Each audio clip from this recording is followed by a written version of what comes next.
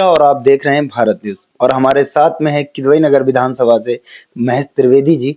और हम उनसे बात करेंगे कि जो इस समय कार्यकाल रहा 4.5 साल का पूरा हो चुका और चुनावी दौर भी आ चुके हैं और इस समय हर एक अन्य पार्टियां भी अपना चुनाव जो प्रचार है जोर-जोर से कर रहे हैं और उसी लेकर के बात करेंगे। सबसे पहले तो दिवाली की हार्दिक शुभकामनाएं। थैंक यू, नमस्कार। और मैं जानना चाहूंगा कि इस बार आप कौन सी विधानसभा से चुनाव लड़ेंगे? इस बार कौन सी विधानसभा से चुनाव लड़ेंगे? जी। ये क्वेश्चन वैसे आप मीडिया देखते हैं, कर जी, सकते बिल्कुल। हैं, कोई दिक्कत नहीं है। लेकिन हमको तो लगता है यहीं से लड़ेंगे और फिर संगठन सर्वोपरि होता है। जी, बिल्कुल। अब संगठन कह देगा कि जाके तुम मोदी जी की लोकसभा में लड़ो जाके, तो उसके लिए हम क्या कर सकते बिल्कुल। हैं? ये भाव रहता है। अच्छा, जैसे इस समय एक मुद्दा खबरें चल रही हैं कि इस बार समथिंग 100 सीटें चेंज की जाएँगी। उसको लेकर के क्या कहना ऐसा है, देखो, ये सब विषय संगठन का रहता है। है? जी। ये हमारा विषय तो रहता नहीं है। और कोई भी जनप्रतिनिधि हो तो निश्चित रूप से जो जनता के साथ पवित्रता कर रहा है, कार्यकर्ताओं के साथ पवित्रता कर रहा है, तो उसको तो स्थापित रखा जाएगा और जो पाप कमा रहा होगा तो जरूर उस पर विचार हो सकता है। आपके सामने जो विपक्ष में है एक मजबूत छोर पकड़े हुए हैं जो अजय कपूर जी हैं, जो उनको आपने जो 2 बार के विधायक रहे और आपने उन्होंने 3 बार के और आपने उन्हें हराने में काफ़ी मजबूती दिखाई और आपकी जो लोकप्रियता भी है, वो भी बताई जाती है कि कई विधानसभा के लोग आपके साथ लगे। तो इस बार की क्या रणनीतियाँ और क्या चुनाव तैयारियाँ चल रही हैं? ऐसा है, जो हमारे सामने 3 बार से यहाँ पर काम कर रहे थे, उन्होंने दिलों में राज नहीं किया। उन्होंने क्या किया है कि हर क्षेत्र में अपने कुछ लोगों को एकत्र किया और पैसा दे के एकत्र करते थे। वो मतलब पेड वर्कर बनाते थे। और जब हम तुम्हारे पेड वर्कर होंगे तो जहाँ साहब मिलेंगे वहाँ हम सैल्यूट मारेंगे, जय हो, राजा साहब की जय हो। तो कहीं न कहीं वो गलतफ़हमी में रहे और जो दिलों में राज करता है, 15 साल का जनता ने बहुत समय दिया था। चाहते तो वो दिलों में राज कर लेते। जैसे हमारे महाना जी हैं, 7 बार के विधायक हैं। तो दिलों में ही तो लोगों के रह रहे हैं। तो इसलिए जनता को कोई दबा के, डरा के, धमका के अपना नहीं बना सकता है। और हमको तो उम्मीद ही नहीं था कि यहाँ डर भी होता है शहर में। जब मैं आया तो देखा डर था इनका। अब डर से मुक्ति मिली, लेकिन फिर भी घर के अगल-बगल रहते हैं, पैसा बहुत बना लिया है और कोठी बहुत लंबी चौड़ी बना ली है, तो लोग थोड़ा बहुत अर्थ रूप से, पावर से थोड़ा भय खाते होंगे। लेकिन हमारे हिसाब से तो भय अब हम कर्मों से खत्म कर दिया है, कोई भय तो नहीं होना चाहिए। जैसा कि आपने बताया कि सतीश महाना जी 7 बार के विधायक हैं और वो कैबिनेट मंत्री भी हैं। तो क्या लगता है कि अब कानपुर से जो व्यापार उद्योग जो फैक्ट्रियां हैं यहाँ से जा रही हैं और रोजगार को लेकर के एक वैसे ही एक बड़ा मुद्दा बना हुआ है, उसके बारे में क्या कहेंगे? देखिए, ये तो आपका गलत क्वेश्चन है। अभी तक क्षेत्रीय दल रहे यहाँ पर। उनके भय, उनके शोषण के कारण, उनकी गुंडागर्दी, भ्रष्टाचार के कारण पलायन था। अब तो यहाँ पर बाहर से लोग आके उत्तर प्रदेश में काम कर रहे हैं। उत्तर प्रदेश में काम कर रहे हैं लेकिन कानपुर से इंडस्ट्री एरिया जो है वहां से लोग जो फैक्ट्रीज हैं वो हट रही हैं, उसको लेकर के क्या कहना चाहेंगे? नहीं, कहाँ पर हट रही हैं? मुझे कोई जानकारी नहीं। और क्योंकि देखिए इंडस्ट्री चल रही है। चमड़ा उद्योग का जो भी कारखाना वो तो सभी चमड़ा सब उद्योग का हट नहीं रहा है। यहाँ से अलग चला गया। आप एक चीज बताइएगा, गंगा मैया हमारे पास है। हम लोग गंगा और जमुना के बीच में जन्म लिया है, ठीक है। और कहते हैं गंगा और जमुना बीच में जो जन्म लेता है, हमारे गुरु जी वृंदावन में, वो कहते हैं बहुत अच्छी धरती मानी जाती है, गंगा और यमुना के बीच में हम लोगों का जन्म है। और गंगा जी को अगर प्रदूषित हो रहा है तो उसकी व्यवस्था की जा रही है, हटाने का कोई नहीं किया जा रहा है कि गंगा जी स्वच्छ रहे, ये भाव है। जैसे कि आपने बताया गंगा और जमुना के बीच का है, उसी बीच में एक पांडव नदी भी पड़ती है, जो उसका भी एक इतिहास है और उसमें क्या है इंडस्ट्रीज एरिया से वो गुजरती हैं, तो वहाँ पे वो गंदगी इतनी है, उसको उसमें सफाई का कोई ध्यान क्यों नहीं?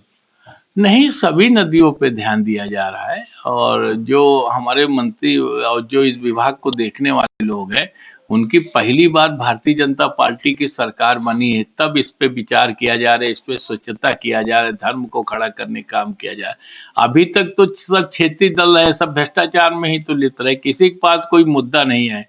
केवल पापमय आत्माएं जो हैं वो पाप की बात कर सकती है, लेकिन मुद्दा कोई नहीं हो सकता है। 2022 में जो चुनाव आ रहा है, इसमें मेन चेहरा किसका देखा जाएगा? किसके चेहरे पे चुनाव होगा? अब हमारे पीएम मोदी जी के, या जो अभी योगी आदित्यनाथ जी सीएम जो हैं, मेन चेहरा किसका सामने आएगा चुनाव में? ऐसा है, आपने खुद नाम ले दिया है दोनों लोगों जी। का। इन्हीं दोनों लोगों के ही भाव में चुनाव होगा। दोनों पवित्र आत्माएं हैं, जो प्रदेश के लिए आत्मा को स्वच्छ कर रहे हैं और जो देश के लिए कर रहे हैं। इनकी जोड़ का फिलहाल अभी तो कोई आत्मा नहीं है जो सबको लेके चले, सबको न्याय दे, सबको संरक्षण दे, भयमुक्त समाज का निर्माण करे और गरीबों के कल्याण के लिए जिन्होंने काम करने का काम किया, सबको न्याय देने का काम किया जा रहा, सबके विकास के लिए काम किया जा रहा। और गुजरात मॉडल पूरे प्रदेश में लागू होने के भाव में देश को बदलने वाले लोग हैं। हम सब लोग चाहते हैं कि भयमुक्त समाज का निर्माण हो, गरीब से गरीब, कमजोर से कमजोर व्यक्ति का कल्याण हो, इसी में काम किया जा रहा है। हम आपके जानना चाहेंगे, कानपुर आपने अपने विधानसभा में कोई 5 काम बताएं जो जनता के हित में हुए हों। नंबर 1, कानपुर नगर में रोड 13-14 करोड़ की बन रही, जो देश की स्वतंत्रता के बाद पहली बार आरसीसी रोड बन रही है। ठीक है। नंबर दूसरा, हॉस्पिटल बनने जा रहा है। ठीक है। जो दक्षिण में बहुत पहले से लोगों के अंदर मांग थी अस्पताल को, हैलट उर्सुला लोग भागते थे, दम छोड़ देते थे, वो अस्पताल बनने जा रहा। नंबर तीसरा, आपका अभी तक यहाँ पर जो 15 साल काम किए, मतलब चतुर्वेदी पुलिया हो या अन्य हो, धोबिन पुलिया, कई पुलिया ऐसी थी जो बहुत सिकुड़ी टाइप की थी, उनका चौड़ीकरण कराया जिससे ट्रैफिक ना रुके और लोग आवागम। अब तो हम जाते हैं तो देखते हैं वहाँ ठेले भी लोग लगा लेते हैं, इतनी जगह हो गई है, ठेले भी लगे हैं, मार्केट भी लगा है और लोग आराम से प्यार से निकल भी रहे। 3 हो गया। और चौथा ये हुआ कि जो आपका ये बस्ती पड़ती है कोयला मंडी, मोरम, ये कौन सी राखी मंडी, वहां पर अभी तक कोई रोड और कोई विकास नहीं हुआ था देश की स्वतंत्रता से लेके। चौथा वो काम हो गया। और अन्य काम ऐसे हैं कि सोसाइटी एरिया जो थी सब अधूरा पड़ा था, और जहाँ बीजेपी के लोग रहते थे वहां भी अधूरा पड़ा था, सब जगह तृप्त करने का काम किया है। सीवर की समस्याएं हैं, तो सीवर की समस्या निश्चित रूप से 2022 तक ये लिया गया है दक्षिण को, तो गवर्नमेंट पे निगाह है, 2022 तक यहाँ पर सीवर की समस्या भी ठीक होगी। झकरकटी बस अड्डा जो है, उसके पीछे का क्षेत्र, आसपास का क्षेत्र आपकी विधानसभा में आता है? झकरकटी जो बस अड्डा, जहाँ पर थोड़ा कमजोर तबके के आर्थिक रूप से रहते हैं, उनके यहाँ भी हमारा आना जाना है। बहुत बड़ी समस्या अभी तक वहां पर थी, तो वहां पर पानी का भराव हो जाता था, रेलवे लाइन जल भराव हो जाता, पीने की समस्या। हाँ, और काफी उनके पास वो शिक्षा का स्तर भी वहां पर जो बच्चे हैं उनका नगण्य है। शिक्षा स्तर भी ठीक किया जा रहा है।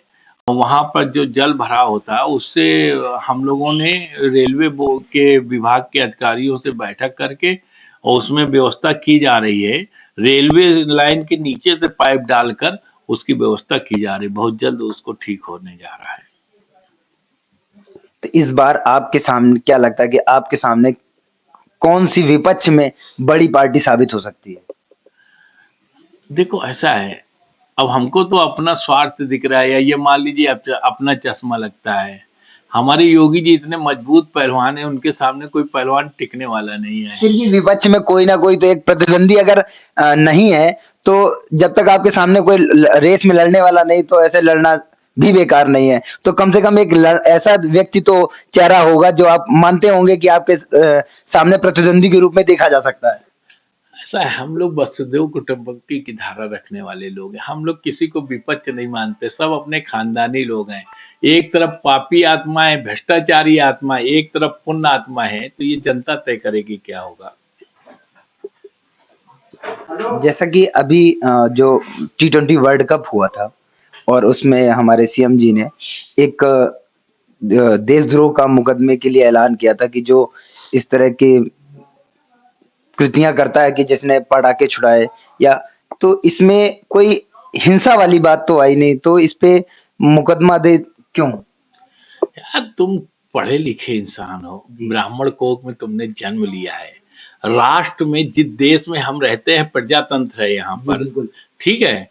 प्रजातंत्र का मतलब ये नहीं है कि देश में हमारा हारे, हम देश की रोटी खाएं, देश का नमक खाएं और देश में सांस लें, देश में जीने का काम करें, और उसके बाद भी देश के हमारा हारे, हम जो पाकिस्तान में बैठे हुए लोग हैं उनको हम जात के हिसाब से प्रोत्साहन दें, तो ये पाप कमाने का काम है कि नहीं है? हम तुम्हारे घर में रहें और तुम्हारा विरोध करें, कैसा महसूस होगा? ये बिल्कुल निंदनीय है, लेकिन इस पे कांग्रेस के एक कश्मीर के ही नेता थे, उन्होंने कुछ टिप्पणियां भी की थी आपके ट्विटर पे, उनके बारे में क्या कहेंगे?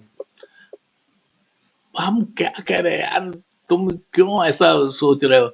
एक तरफ ईमानदार पर्सनालिटियां हैं, एक तरफ बेईमान है, क्यों भ्रष्टाचारियों के विषय में आप हमसे पूछ के समय वो इधर उधर ले जाएंगे?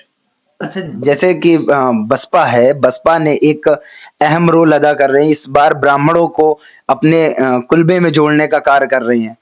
और क्या लगता है कि ये किदवई नगर विधानसभा जो ब्राह्मण बहुल क्षेत्र है, तो यहाँ से वो प्रतिद्वंदी जो आपके सामने उतारेंगे, वो भी ब्राह्मण होगा।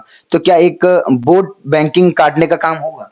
ऐसा है, ये मायावती लक्ष्मी की मायावती है, और ये मैं खुद एक बार इनके साथ में रह के काम करके आके देख चुका हूँ विधायक के रूप में। जी, बिल्कुल। हमारा तो वो रिकॉर्ड करती रही, सम्मान करती रही, लेकिन योगी जी के जोड़ में इनको नहीं रखा जा सकता है। बिल्कुल। ये मतलब लक्ष्मी की पूजा करने वाली है, और योगी जी राष्ट्रभक्ति में लगे हुए हैं। दोनों में बहुत अंतर है, जमीन आसमान का अंतर। वो बैराग लेके काम करने के लिए आए हैं, ये लक्ष्मी को बटोरने के लिए आए हैं।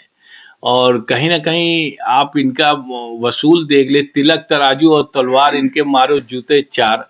जी। अब वो वोट की लालच में अपना बनाने के लिए है, तो अब लोग जाग चुके हैं, पढ़े लिखे लोग हैं, समझदार लोग हैं, अब कोई गुमराह नहीं होने वाला है।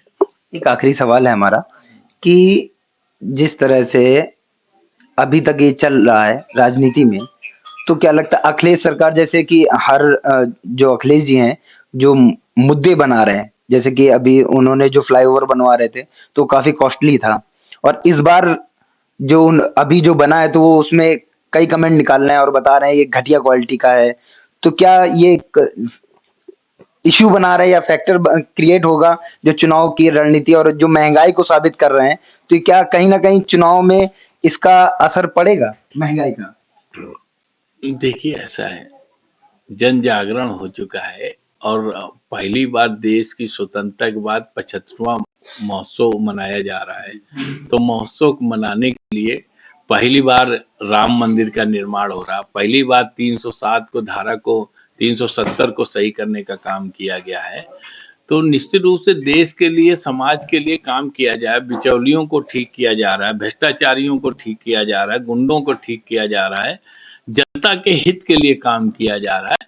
थोड़ा बहुत ये संयुक्त राष्ट्र में ये सब विषय तय होता है, हमको लगता है आगे चल के ये सब सही होगा, और निश्चित रूप से किसी के पास कोई मुद्दा तो है नहीं विपक्ष के पास। जी, वही मैं कहना चाह रहा था कि अब राम मंदिर मुद्दा भी खत्म हो गया, अब जो जातिवाद का चुनाव, अब कौन सी ऐसी कड़ी जो सामने विपक्ष भी तैयार कर सकता है कि एक महंगाई ही चर्चा बचा है, और कोई मुद्दा तो सामने नजर नहीं आ रहा है, और क्या कहें इस पे, क्या कहेंगे? ये आज आप हमसे क्वेश्चन कर रहे हैं, आज बचा है, कल बचेगा कि नहीं बचेगा अभी नहीं कहा जा सकता है, वो भी ठीक किया जा सकता है।